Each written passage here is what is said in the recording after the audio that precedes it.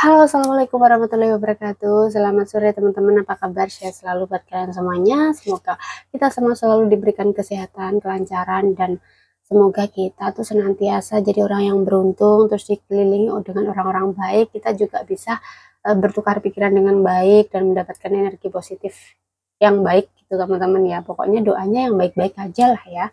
Nah, teman-teman, aku mau melanjutkan part keduanya. Yang part sebelumnya itu tentang aku sudah diterima kerja di sini, dan setelah aku mau finish ternyata bosku tuh sama mbahku semuanya tuh menerima aku dengan baik gitu, sangat membutuhkan aku gitu, mandi pun juga aku bantu. Nah, ini aku mau membahas tentang bagaimana aku bilang sama suamiku untuk cerita ini semuanya gitu, kalau aku tuh diterima gitu. Kenapa ya di saat aku mau finish gini orang-orang pada baik, orang-orang pada nerima aku, orang-orang tuh tahu perjuanganku, semuanya tuh kayak dicurahkan gitu. Tapi suamiku bilang gini, dicurahkannya bagaimana gitu kan. Aku ngomong sama suamiku, jadi semuanya dicurahkan kalau aku tuh baik, aku tuh jujur, aku tuh pokoknya kerja dengan baik lah, gimana kalau nggak ada kamu, seperti itu. Pokoknya kata-kata yang membuat aku tuh gampang nggak bisa kalau ada orang yang masih membutuhkan aku gitu. Tapi aku kan sudah punya pengalaman banyak banget, maksudnya banyak banget tuh, aku sudah pengalaman pindah-pindah bos selama 12 tahun, 12-14 tahun di sini. Aku pengalaman pindah-pindah orang gitu. Jadi 6 orang, 6-7 orang gitu, 6-7 orang Hongkong gitu kan aku punya bos. Nah, itu mengalami yang seperti ini. Ketika aku mau finish selalu kayak gitu, kayak digondeli teman-teman. Awalnya nggak suka, tapi setelah aku mau finish itu sudah mereka membuka hati, dan itu semuanya terlambat karena aku sudah memutuskan untuk nggak sakit hati ya, tapi aku lebih ke cari kerja yang lain gitu waktu itu. Kalau menurut aku tuh, kalau memang sudah kerjanya tuh berat banget ya, maksudnya berat banget tuh di pekerjaan juga, di otak, di semuanya lah, psikis gitu. Menurut aku kalau ada kesempatan kedua, bukan aku nggak mau bertahan, aku pengen mencoba juga, pengen mencari pengalaman baru juga di bos yang lain gitu, biar ada perkembangan. Mungkin kalau aku lanjutkan juga seperti itu aja gitu loh, mungkin walaupun baik ya sih, diterima baik gitu, bisa berubah baik, tapi aku kepengen mencoba yang lainnya biar aku tuh tahu bagaimana sifat, hmm, apa, perjalanan hidup aku gitu, ada warna-warni lah gitu.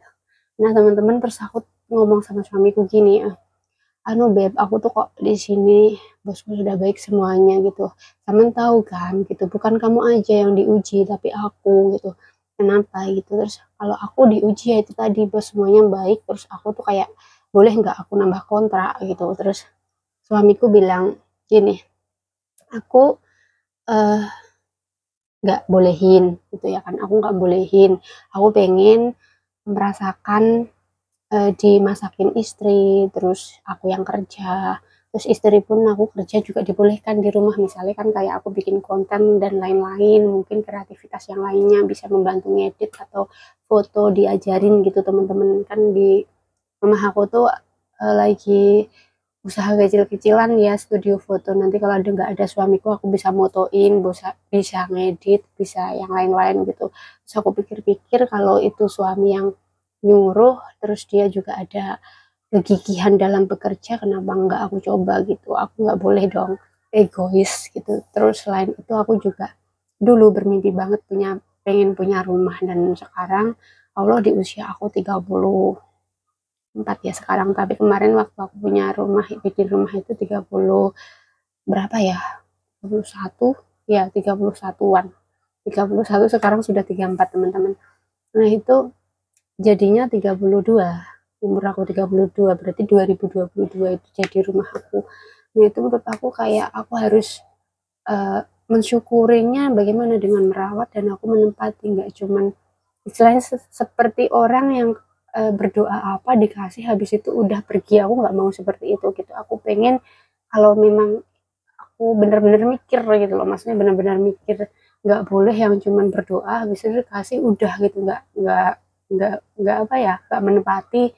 Terus menurut aku tuh kayak nggak mensyukuri. Ya udah aku mencoba, dan aku mengikhlaskan juga dengan gaji dolar Hong Kong yang biasanya 1 bulan itu bisa 9-10 gaji, tapi itu nggak bersih teman-teman, soalnya juga apa dingengeh nih buat diri sendiri juga gitu. Terus ya seperti itulah ya, nggak bersih itu segitu gitu. Kalau nggak jarang libur itu mungkin bisa bersih, tapi kita kan punya kebutuhan masing-masing, nggak usah mencatat itu. Jadi aku merelakan itu teman-teman, merelakan harus bisa nerima dan yakin di rumah itu kamu bisa gitu. Ya udah, karena suamiku montang-manting sendiri, biasanya juga pasang dekor, foto, terus bikin konten, apa aja itulah dilakuin gitu. Terus belum bersih-bersih rumah, makannya juga beli terus gitu. Kalau ada istri kan kayak nanti makan sudah dimasakin, terus dia nggak usah repot-repot tinggal mikir kerja gitu, nggak usah repot-repot bersihin rumah dan lain-lain, itu nanti istri yang mengerjakan. Jadi aku pikir ya oke lah gitu, aku sambil juga belajar di rumah. Lagian nggak selamanya aku di Hongkong, nggak selamanya aku di rantau, sementara aku udah menikah sama suamiku gitu loh, maksudnya otomatis ya aku harus meredakan egoku, mencoba yakin sama Allah gitu loh, bukan mencoba lagi, memang harus gitu loh, harus yakin. Dan itu kan nggak bisa langsung dipaksa ya teman-teman, nggak bisa langsung oke aku yakin gitu atau gimana gitu, keimanan orang itu beda-beda.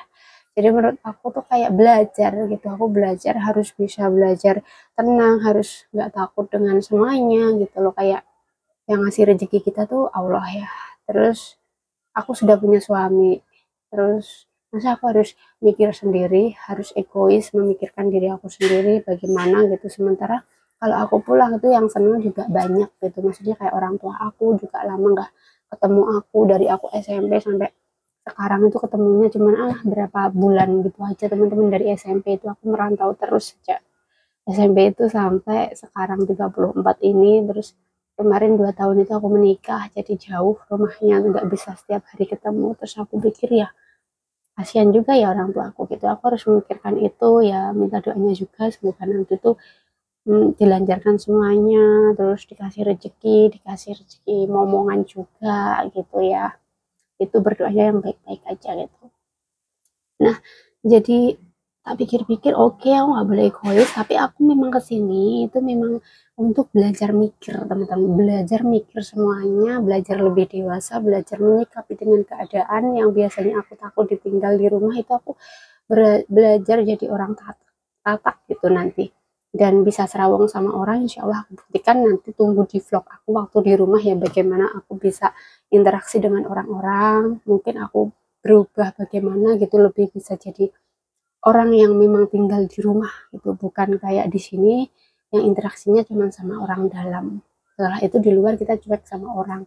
Kalau itu dipakai di rumah itu nggak bisa gitu, apalagi kita yang hidup bertetangga ya seperti di desa, nggak yang di perumahan gitu. Mungkin kalau di perumahan kan cuman beberapa ya gitu, tapi aku juga senang bermasyarakat sih sebenarnya, cuman nggak ada mental dan lain-lain seperti itu teman-teman. Jadi jawaban suamiku, hmm, dia butuh aku di rumah untuk apa ya, melihat bareng-bareng gitu, bukan melihat aja, bareng-bareng, terus uh, berusaha di rumah lah gitu.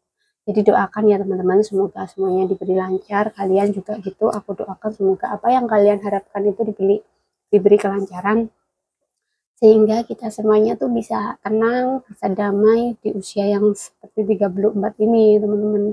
Jadi aku tuh sebenarnya sudah bukan capek, aku kalau kerja tuh nggak berasa capek teman-teman, apalagi mencari untuk orang yang apa ya, bisa berbagi gitu, maksudnya sama orang tua, sama itulah pokoknya kita bisa membeli apa yang kita itu, aku nggak capek gitu. Tapi kembali lagi ke pernikahan itu tadi, menurut aku pernikahan itu maknanya tuh dalam, luas gitu. Kalau satu orang memang yang ngerti tapi satunya lagi nggak ngerti, itu kita bisa malah pusing. Dan aku ini dikasih Gusti Allah, kayak suamiku tuh mau gitu, apa seperti apa yang aku pikirkan, mau bareng-bareng gitu. Kalau aku egois memikirkan, takutnya kenikmatan itu akan dicabut gitu teman-teman. Jadi aku harus mikir dengan tenang, harus mikir dengan bijak seperti itu.